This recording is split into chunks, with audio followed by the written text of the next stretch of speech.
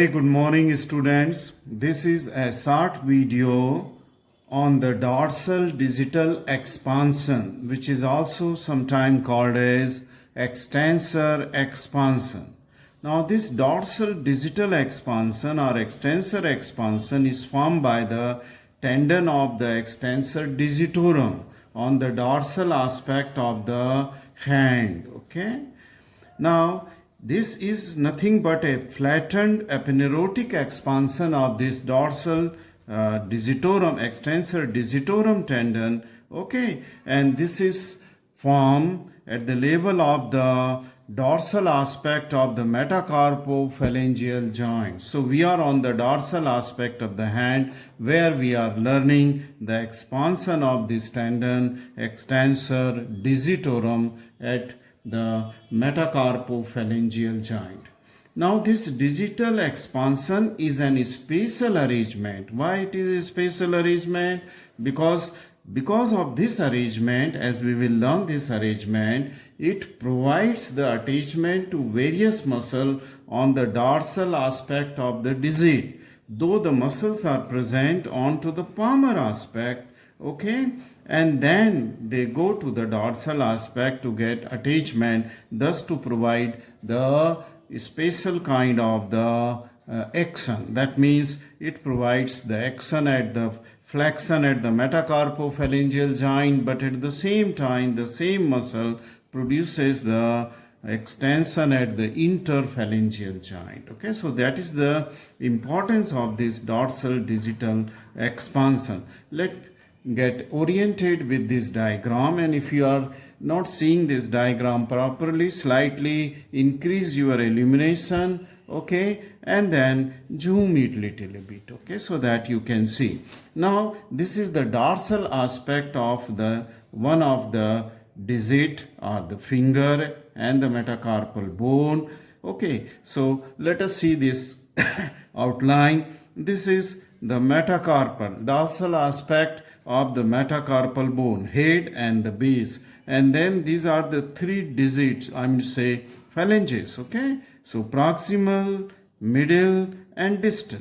Proximal, middle and distal phalanges, these are the two interphalangeal joint, proximal interphalangeal and distal interphalangeal joint, and this joint is the between the head of the metacarpal and that of the proximal phalanx. Okay, is the metacarpophalangeal joint. Okay, so this is the orientation of the skeletal part of this digit. Okay, now since it is a dorsal aspect of the digit, you will see that this is a tendon running on the dorsal aspect of this metacarpal bone, and this tendon is the tendon of the extensor digitorum. So I just drawing this tendon on the dorsal aspect of the metacarpal bone. Okay, now this muscle is introsei, and on this left side, I'm saying lateral side, this is the lateral side of the finger, and this is the medial side. Okay, as seen from, we are seeing it from the dorsal aspect. Okay,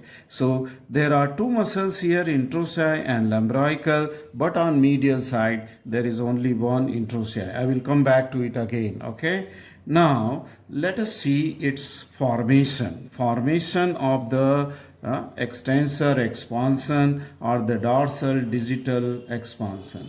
Now as this tendon of the extensor digitorum pass just proximal to the metacarpophalangeal joint, just proximal to this, because this is the metacarpophalangeal joint, to this meta joint. Okay, then this this arrangement of extensor expansion is present in all the four digit which are on medial. That means on the little finger, ring finger, middle finger and index finger. Okay, this expansion is not seen on the dorsal aspect of the thumb. So only the three medial fingers or digits, okay, where it is seen. Okay, now at the when it approaches the proximal joint, that is the joint between the digits, okay, joint, metacarpophalangeal joint here, just it become expanded. So this tendon got expanded, okay.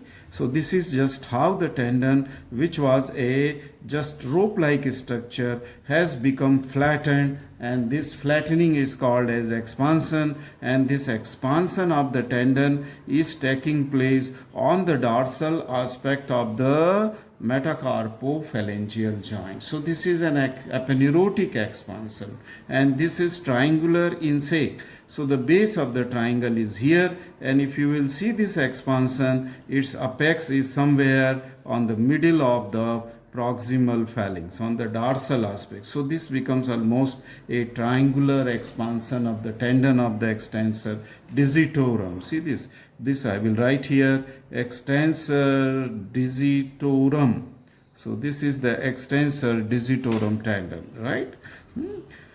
Okay, now the lateral angle of this expanded base receives the insertion of one introosseous muscle on the medial side and another introosseous muscle onto the lateral side. See, this is the introosseous muscle and this is its tendon, and it is getting onto the base of this expansion, okay, which was a flattened aponeurotic expansion. This is another introosseous muscle here onto the medial side, and then it will insert also onto the base of this flattened expansion of the extensor digitorum tendon posterior to the metacarpophalangeal joint.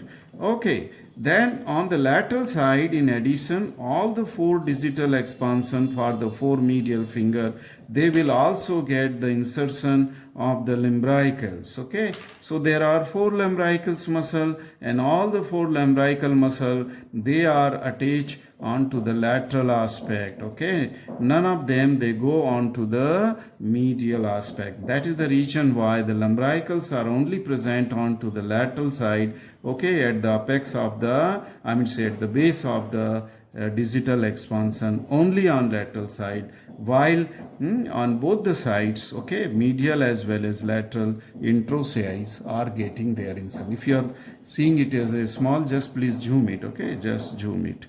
Okay, now this lateral angle of the expanded base, as they have received the introosseous muscles and lumbrical muscles, then this angle of the base receives the insertion of introosseous muscles, okay, the which muscle? The medial angle. Okay, so what I have told you is again the repetition. This is the medial side, so this is medial angle, and medial angle has received the attachment of introosseous at the base, but the lateral angle has received the attachment along with the introosseous of the lumbricals too. Okay, now just this after expansion, when it will we trace them further, then near the when the proximal interphalangeal joint is approaching, this expansion will split into three. Okay, this is the two lateral splitting portions, and this is the intermediate part. Okay, intermediate part. So this tendon actually will split into three slips: intermediate, lateral and medial slip. Now this intermediate slip of this will go and get attachment onto the base of the middle phalanx. See this is the middle phalanx, is on the dorsal aspect of the middle phalanx, while the two lateral slips, they will come close to each other to form a single slip here, and it will get attachment onto the dorsal aspect of the distal phalanx. Okay, so in this way, how the tendon of the extensor digitorum is gaining insertion onto the base of middle phalanx and that of the distal phalanx. But at the same time, by formation of a aponeurotic expansion at metacarpophalangeal joint, it will also gain the insertion of the lumbricals and two introosseous. Okay, and this triangular shape expansion dorsal to the metacarpophalangeal joint, it looks like as a hood. Okay, hood covering to that of the metacarpophalangeal joint. Okay, metacarpophalangeal joint. Okay, Now the extensor expansion of the little finger, okay, will also receive the insertion of the, it will also receive the insertion of the tendon of the extensor digiti minimi, okay, or extensor digiti minimi. That is true for the little finger, okay, extensor. Similarly, the expansion of the index finger will also receive the insertion of tendon of extensor indicis. So these are two exceptions for ring finger. I'm say for the index finger and for the little finger. Little finger will receive the insertion of extensor digiti minimi, while that of the index finger will receive the insertion of the tendon of extensor indicis. Okay, so this is how ultimately the extensor expansion forms. Now, as the tendon of lumbricals and introccei, they cross the metacarpophalangeal joint, because introccei and lumbricals, they are on the palmar aspect. From there their tendon runs onto the side of the metacarpophalangeal joint, and they go from palmar to the dorsal aspect. That means from anterior to posterior aspect, okay, and the anatomical position, okay. Therefore, they are capable to produce the flexion at the metacarpophalangeal joint. So when these lumbricals or this introccei will contract, they will pull this hood or this expansion, okay, because they are going to get attachment there. So this will produce the, I mean to say, flexion at the metacarpophalangeal. The reason is that why it is flexion at the metacarpophalangeal joint. And some of these muscles, they also attach at the base of the proximal phalanx, okay, proximal phalanx, okay. Now, but at the same time, this extensor expansion due to the contraction of introccei and lumbricals will produce the extension at the interphalangeal joint, both proximal and distal, the proximal and distal. So this expansion, okay, will pull the phalanges, okay, and thus this will produce the extension, because it is the pull from backside, okay, from the dorsal aspect. That's why it will produce the extension, okay, extension.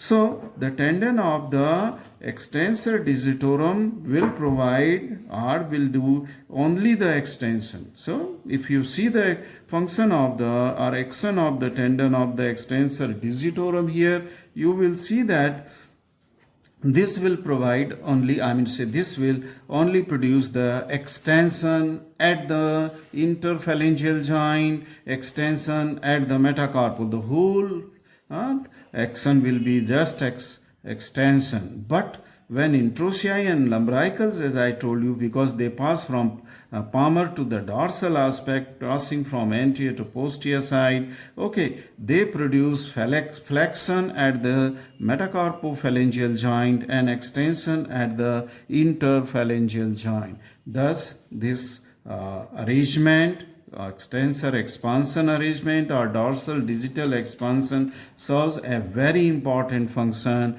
because in various movement we need this action of introccei and lumbrical. That means flexion at the metacarpophalangeal joint, okay, see this flexion at the metacarpophalangeal joint here, and extension at the interphalangeal joint. For example, when I will write, okay, the movements are flexion at the metacarpophalangeal joint, but this is extension. Because of this, I am able to write, okay.